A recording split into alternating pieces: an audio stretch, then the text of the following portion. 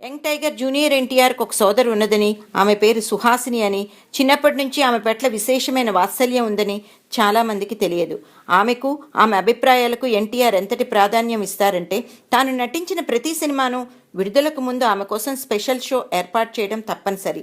Cinema గురించి, తన నటన గురించి ఆమె అభిప్రాయాలు అడిగి తెలుసుకుంటారు. ఏమైనా లోటుపాట్లుంటే చెప్పడమే కాదు, ఆ చిత్ర విజయావకాశాలు కూడా సుహాసిని అంచనా వేసి చెబుతారట. అది ఆమె ప్రత్యేకత. సుహాసిని గారికి కూడా జూనియర్ ఎన్టీఆర్ అంటే ఎంతటి ప్రగాఢమైన సోదర ప్రేమ అంటే, తక్కిన సోదరులతో పాటు ప్రతి రాఖీ పండుగకు తానే స్వయంగా రాఖీ కడతారు. ఒకవేళ ఎన్టీఆర్ ఎక్కడికైనా దూర ప్రాంతాలకు అవుట్డోర్ షూటింగ్లో ఉండిపోవడం తటస్థిస్తే అక్కడికి ముందుగానే రాఖీ పంపిస్తారు.